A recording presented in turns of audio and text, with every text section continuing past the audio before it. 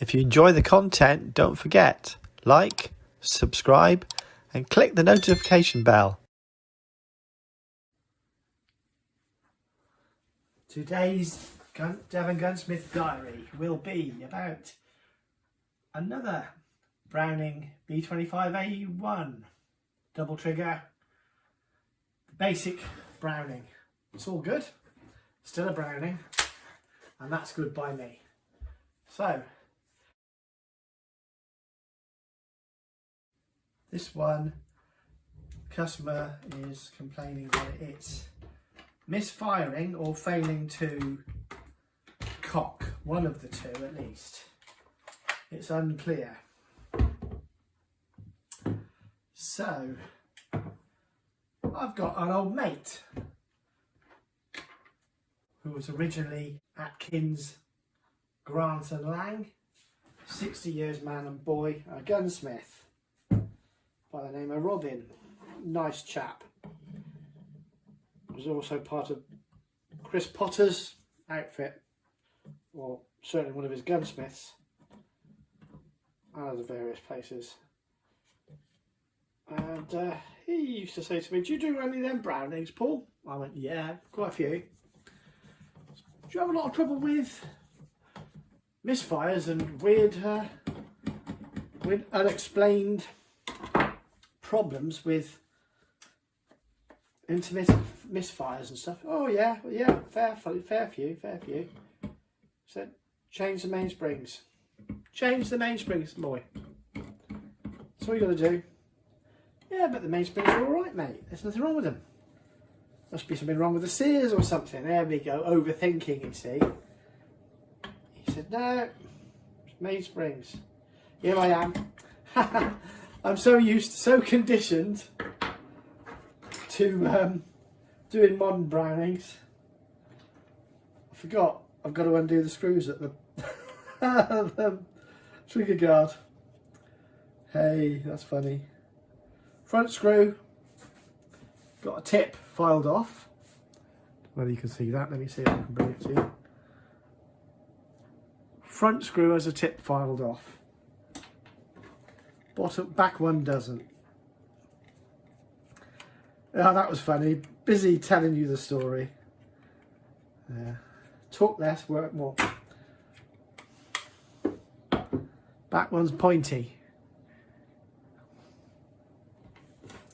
You've got to get this off for what we're about to do anyway. There we go.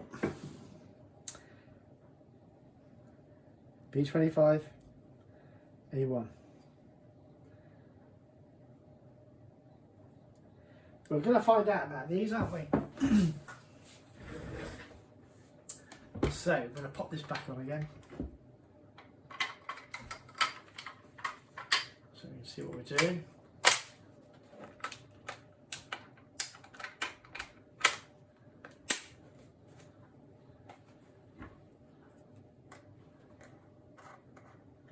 Right, this is all in order for me to see what I'm doing. That's why I'm taking the stuff off.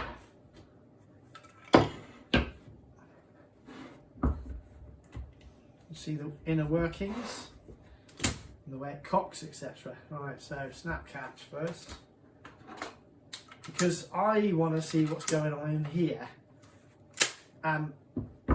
Bless his cotton socks. What any customer might think is the case is not always the case, and we want to be watching what's going on here. I think I see a problem there. So this is how it works inside. Safety on, safety off. If you see, I don't know whether you can, let me just check the video. Right, let me just zoom this in for you. There you go. As much as you can get, guys. Right. So I'll do a separate segment with the tripod nearer the job. See the lifter there to press the triggers, the trigger lifter. With safety off, it will lift. So I'll try and see if I can't do this without the stock on.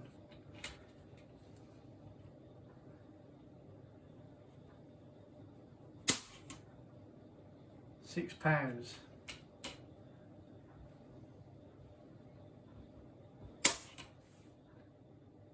Oh, a bit lighter. That spring's not working properly because it's only £5. I did check this before with the customer in present, and I said to him, these are quite heavy, and ringing in my ears of something that Robin had said to me. Oh yeah, boy. But in the old days, we used to base the power, the weight of the pull, on the weight of the guns. Fair enough. There's a bit of a problem with this one. We're going to get into that.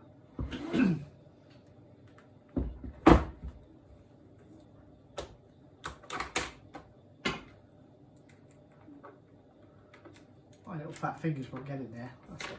I'm going to cock this gun. Okay.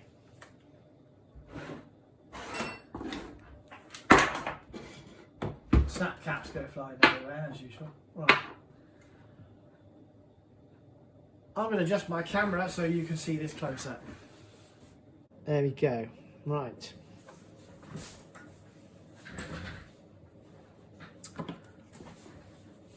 My trusty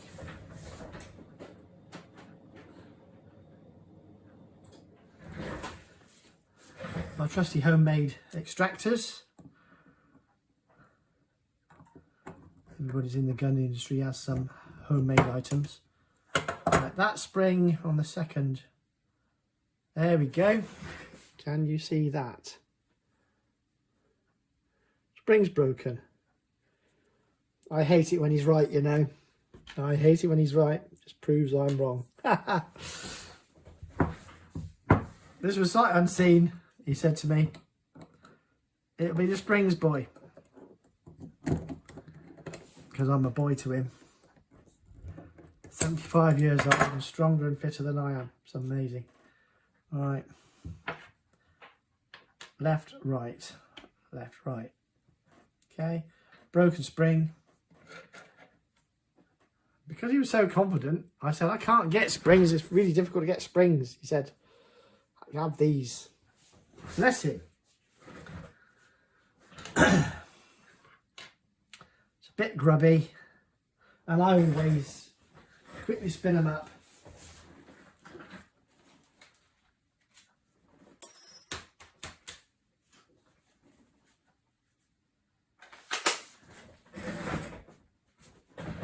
In my lockdown workshop, I don't have the luxury of a lathe because it's at home. Workshop's nearly finished, by the way. Very nice to say.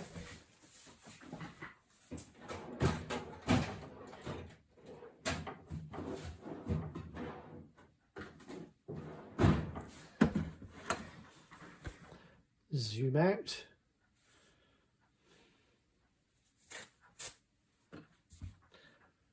The old Gorilla lathe, which is a Makita. A bit of Scotch Brite. Somebody asked me on one of the other ones what it was. It's a Scotch Brite.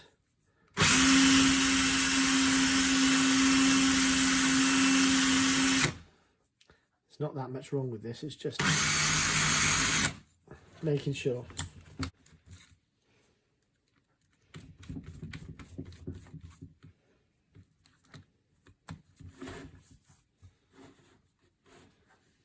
Just gets rid of all the dents and bumps and whatnot.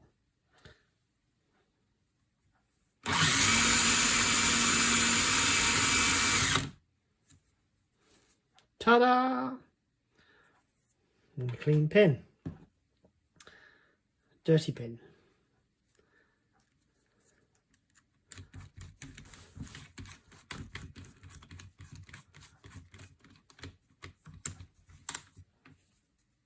Scotch Brite.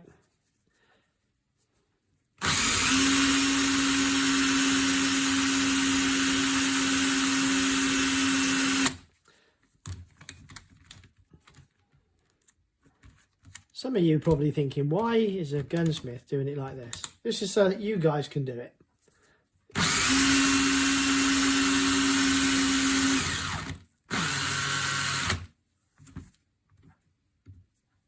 Gets rid of the burrs, finds the fluff. Right, they're clean.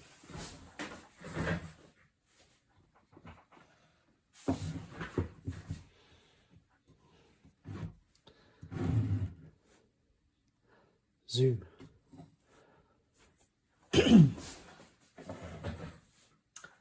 So I've got 2 new Browning springs.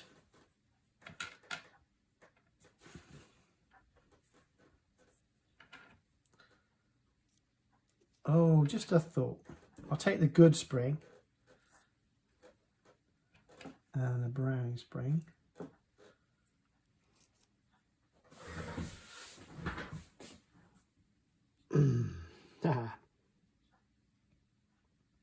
Notice the difference?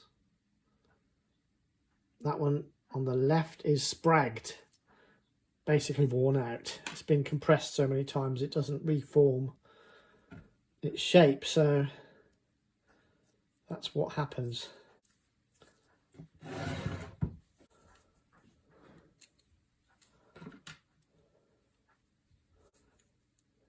Okay, so we've got to put them into compression. It's a little bit tricky to do. We're not in zoom mode again, damn it. Oh, isn't it always the way? Off camera, I got it set up. There you go. It's set in the jaws of my makeshift tool. And there it goes. Release. Done. All I'm going to do now is snap that into place there. I'll do it with a screwdriver so you can see it happening. Oh no, it's in. And it's in. It's located in. Nice new spring. So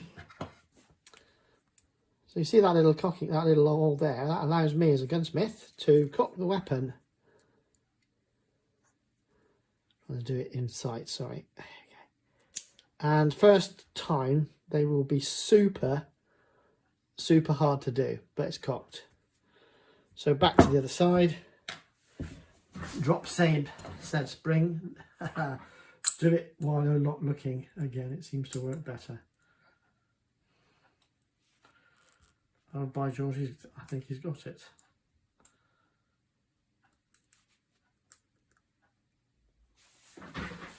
Again, placed in. The jaw's ready to drop in. At this point, sometimes they fly off and you can't find them again. Just saying. Haha. This one doesn't want to go in. Well, well, well. Perhaps he's a bit longer.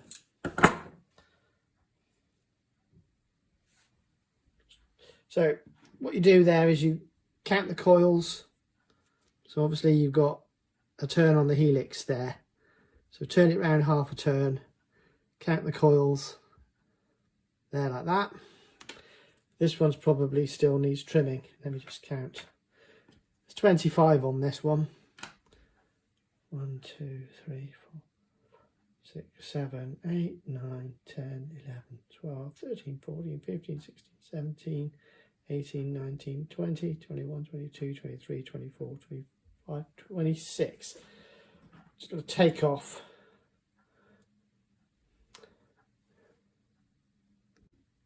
No, miscounted. It is the same, and it does compress. Look, it's just me thinking and preoccupied with filming as again. Right, release that in, and just pop it in. There it is, done. So this will need cocking a few times to let those springs acclimatise, whatever, before we start measuring trigger pulls and things like that. So I'm going to bring the camera back up now. Okay, back to wide view. I'm going to pop the camera Now we're ready to go. Leave the stock out.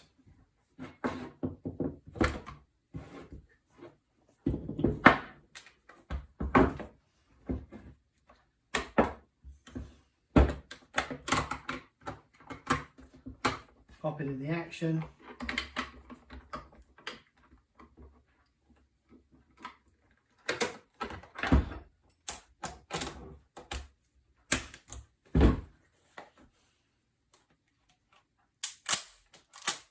Cocked. Good to go. Snap caps in, obviously. Test fire. They feel pretty smooth. But as is normal, we will fire them. I'm doing it with the stock off so I can see that we are definitely getting a full. They're not bad, they feel good.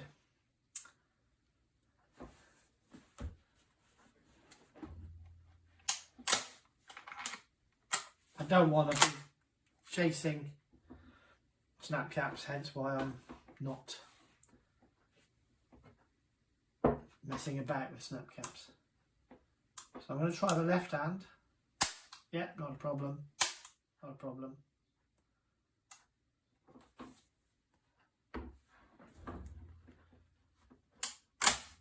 Cocking beautifully. There was some fear of the customer that it wasn't cocking correctly, so this is another reason I do the videos, because I send them the link and they can see that actually it's functioning fine. While I'm in here, I'm definitely going to check the firing pins, or the strikers as some people prefer to call them.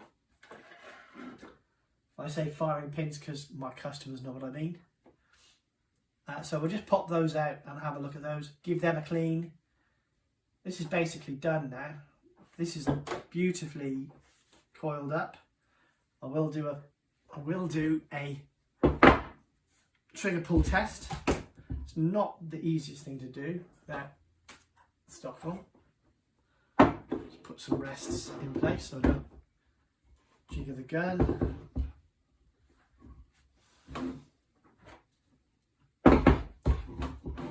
There we go, nice solid platform. You should be able to see that on the camera. Yeah, good, just check the camera. Okay, so let's see what we get. Because these are brand spanky. So you've got to remember that a human hand would be pulling it like that. So if you do have trigger pull scale, you want to make sure you're using it correctly. I'll also overhang this so I'm not dragging the scale across anything. Let's just see what we get.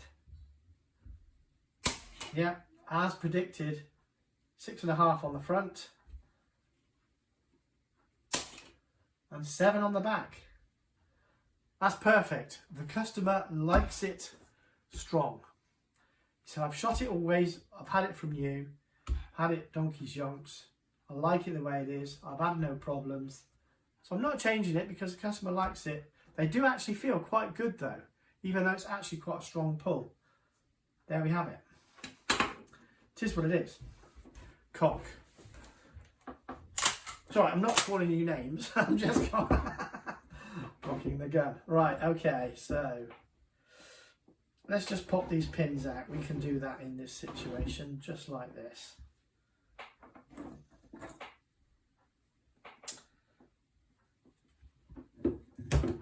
So, when I've not got my lockdown head on, I rotate the gun to tap out the shortest point. The pin is here, not the other side. They tend to be handed, so it's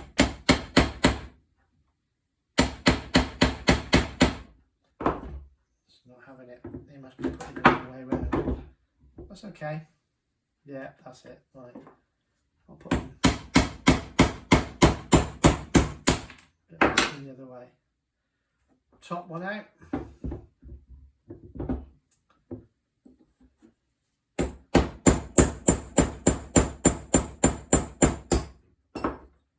someone out.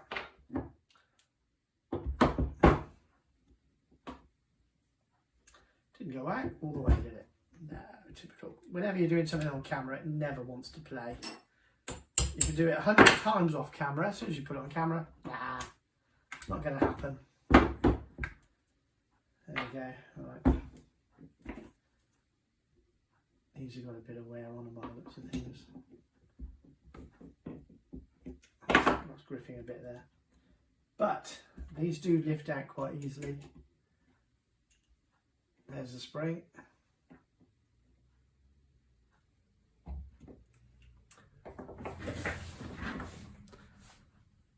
Bit grubby. Oh, not on Zoom, are we?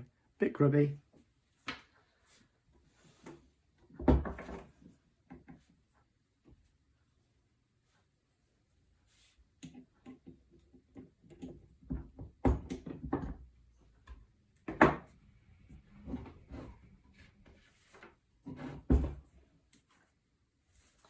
Now the top one doesn't have a spring, so it doesn't recoil immediately. There we go. I'm doing it in situ because this is something you might do in the field somewhere. I have fixed guns like this in the field, like this, on a busy day shooting. It is not unheard of.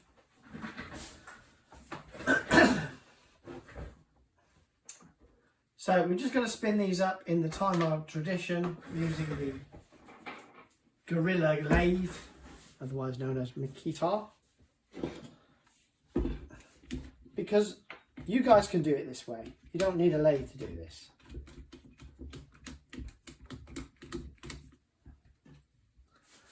Am I in shot? Yes, I'm in shot. Right, okay. Need a cameraman or camera person.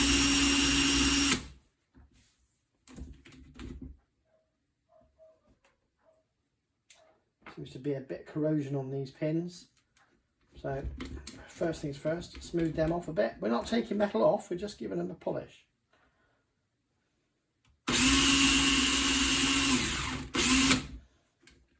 Wear gloves, wear safety protection.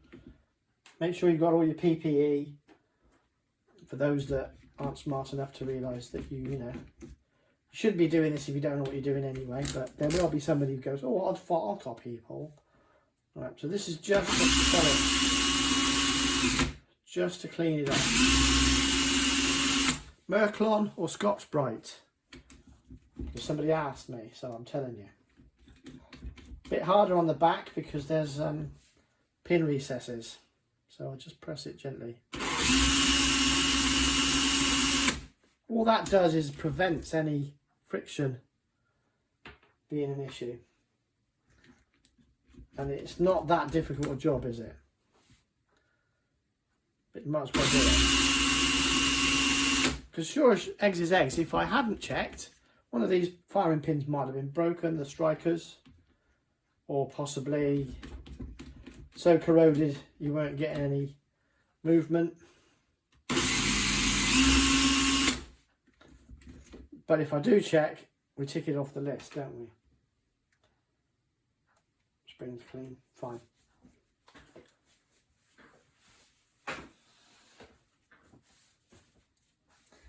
So there we go. Lovely.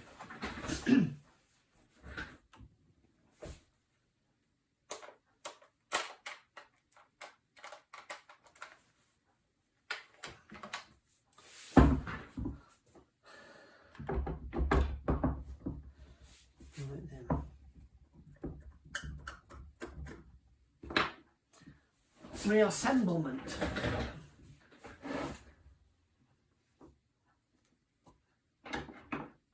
When the pins are out, you can never remember which one goes where.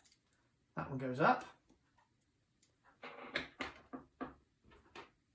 So that's a little blighter there.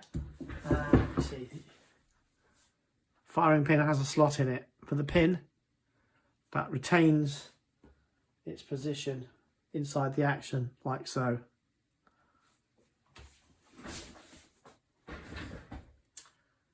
So drop that in there. inevitably it does the opposite of where you want it to go. So you spin it, push it in, give it a wiggle with that, so that now you can put them in the right way round. I'll try and show you that. There you go. Drop it in.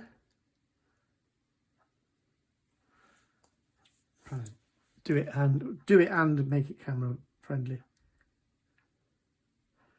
It's a tight fit. That's tapered, so okay. That's how I like to do them. However, I'm going to put that in the long way round and do it this way, because they're tapered by appearances. Yep, they're tapered. So now we've retained the firing pin, striker, and we're pushing this in with my thumb. This is now free. Okay, so they are friction fit on these old ones. So at the very top of that, now just tap it in place.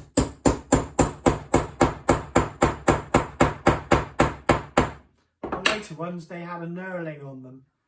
These are actually, there's a tapered hole.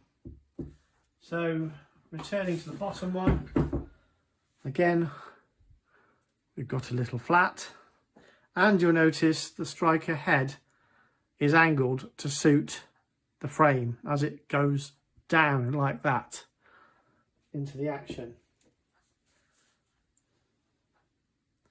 Get to the right angle. Right, so the hole is lower than the pin. If you can see, I'm trying to not obliterate my view. Okay, so there you go. So it drops in like that, but we need to put a spring in, the one that's in my hand.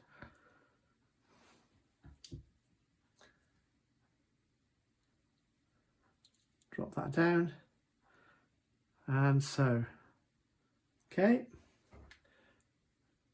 As we remember, this is tapering the wrong way to my way of thinking. So I'll drop that in there to retain it. There's that is now acting as a pin through the hole there. The tapered pin, gently eased in. Give it a little wiggle. Oh, that might be an aftermarket one. It's a bit tighter. I'll put my thumb there because I don't want the action getting marked. I've got a brass hammer somewhere, but I can't find it, so you make do. See, that's my finger, that's my thumb. I can't tell my thumb from my finger. It's quite bad, isn't it? And then back in again. Tap that back in.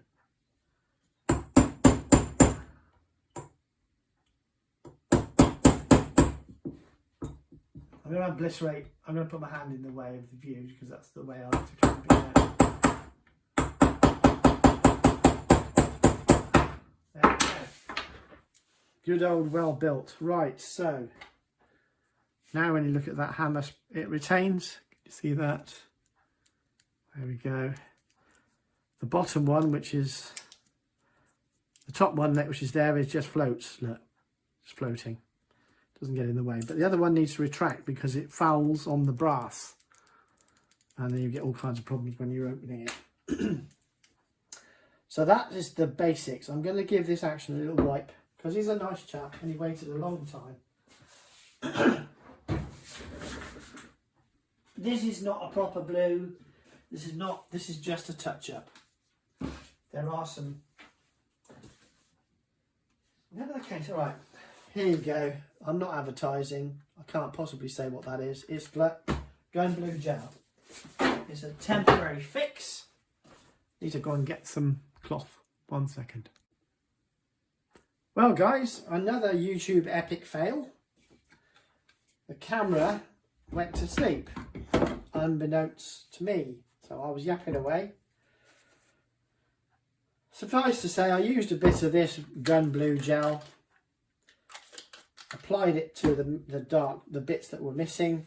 This wasn't a rub down, it was a degrease. I used meths to degrease it using a piece of cloth, and then I just dabbed the areas with the blue gel, which immediately went black, not blue because it's more blacking salts really, but it's a cold bluing process. Then I used dewatering oil, which is a mineral gun oil, to wipe all the parts so that they would cease. The fatty acid composition of this stuff, it's thin like a penetrating oil, which allows it to pick up everything.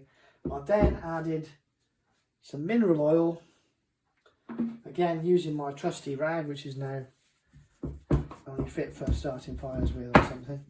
So that's where we're at, and I was just about to say, just a little tip: oil your gun stock bolt before you put it back, because these rust up and then they seize, and quite often it's quite hard to get them out. Once again, drop that down there into the slot, and if we look, there's a little pimple there. Can I get the angle right? Just in there. That's it coming through. So I'm going to just push that down with my screwdriver.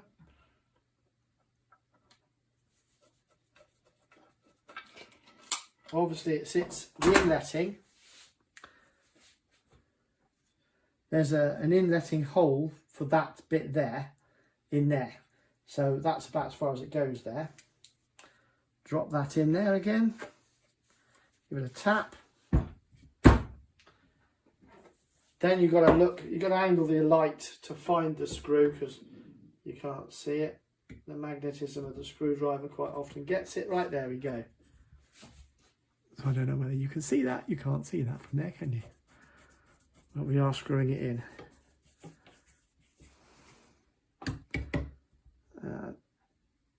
That's it tight. Right, okay. So it doesn't look too bad. It's not a great, perfect job. Just takes off all the shiny bits to make it look a bit prettier. The barrel's in pretty good condition. Didn't want to start messing with that, to be honest with you. Again, with the Brownings, if you do that on most Italians, they will literally just stay there. Quick tip, turn them over, the plate will drop down. Or put your finger in here, and while lift it. It's the same. I just turn it over and cock it open. That's how I get it to latch. Simples, really. If you've just bought yourself a B25 and you go, why is that not working? A lot of the old Marukus do the same thing. Right, just spotted a schoolboy error. There's a bit of wear there. I'll just dab some bluing on that as well, because I can, and I told the customer I would, so I don't want to be caught being a liar, do I? If I go and get a cloth, will I now forget to turn the camera on? Probably. Let's use some tissue paper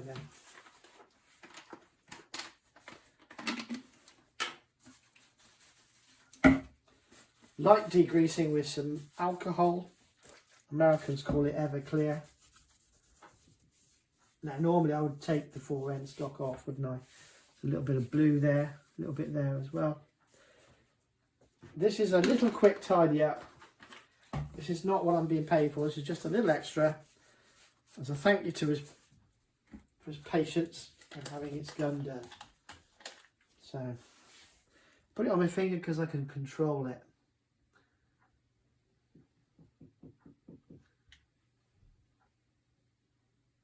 Only the smallest dab. I'm probably getting my head in the way, aren't I? Smallest dab. I'm not reinventing the wheel here. That will wear again, but I'll put a dab on there as well. There you go. Right. Wipe off the excess. This was fortuitous. It's almost like I meant it to happen because I left the camera not running, but it doesn't matter. Take off the excess that simply. If you wanted to do a really good job, use 5/0 wire wool and card all the metal, and it'll be fine. Right. So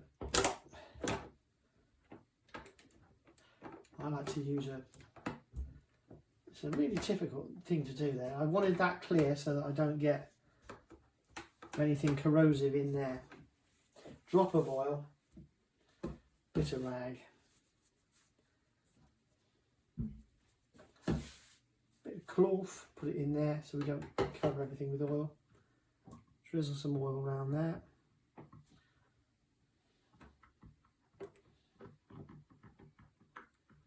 You're going to think, blinking out, this is rough. It is rough. But this will protect his gun a little bit more, so he certainly won't be complaining. And all of these gun oils are compatible with wood anyway, so that's fine.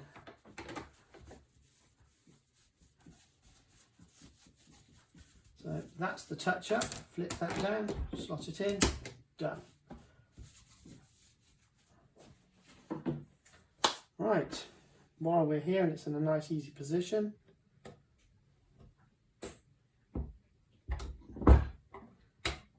these are amazingly strong, these springs. It's almost like it's sprung. I probably need my brass hammer now, which I won't be able to find, of course, because that's so small.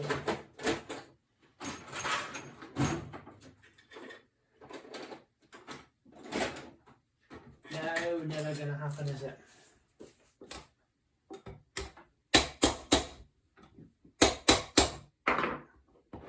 Whenever you're on camera, never wants to work. Right. Just a light tap with a wooden item to get it smooth in again. The one with the flat tip is the front one. Oh, I forgot to clean these. Put a bit of blue on these, didn't I? Fool! But this is how easy it is to maintain your gun using some of these products. And I don't make any money, or there's certainly no links below because that would be in breach of gun policy on YouTube. Blued. And I put them in there so I remember which one came in which way.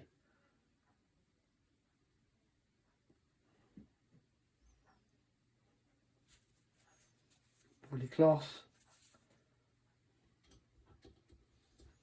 Now, these are particularly fine. I've got to get my angle right. Otherwise, I'm going to be sticking my head in front of the camera. They're a particularly fine slot on these. So you end up grinding turn screws all the time to fit. Finger test.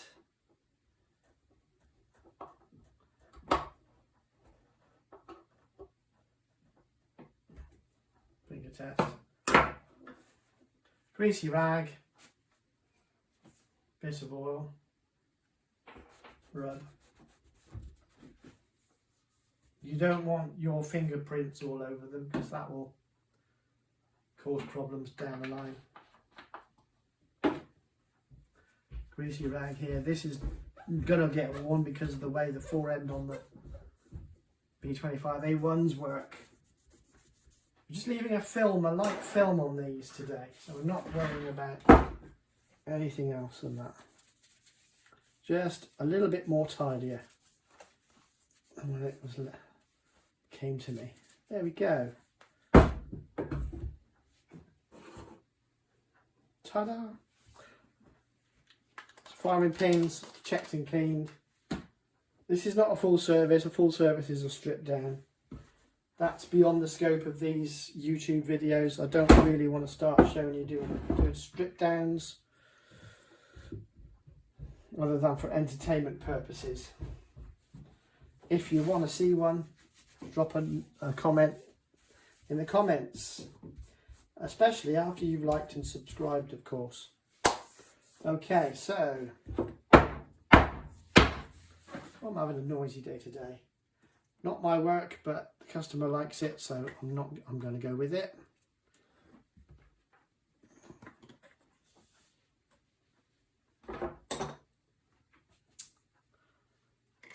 Posy.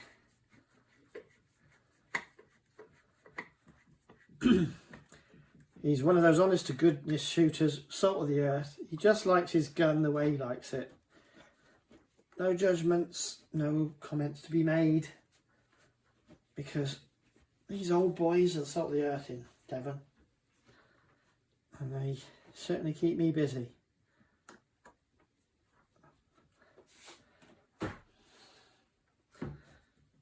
I rest the barrel of the gun on my toe and my leather boot while I get this pressure on, because I don't want to rub the muzzle. Okay, these, I don't know what these are, but they were in there to start with, so find them and put them back, because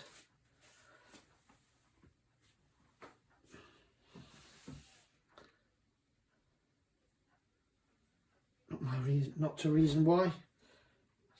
That's what the gentleman likes. So we'll put them back. There we go. Okay.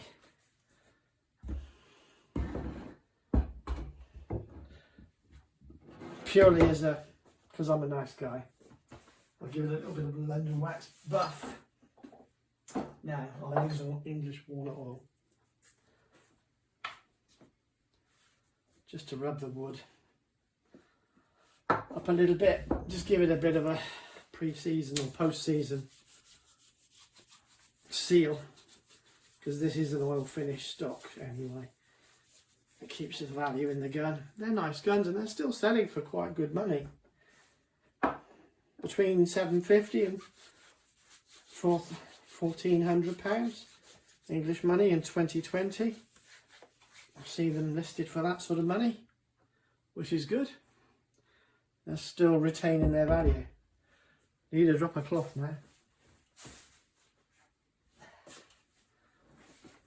Right.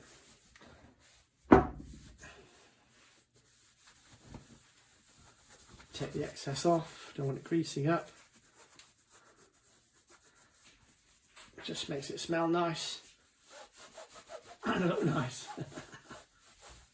There you go, 1B25 A1, slightly better condition than it found me. 2 new mainsprings, job done. A little bit of ancillary work because you add value to the work you do that way. And it goes back to the customer. Very much loved gun, he'll be happy with that. He's a nice chap, so I'm happy to do it. Not all of my customers get little freebies, by the way. Only the ones I like. If you like my content, as always, like and subscribe. Thanks, guys.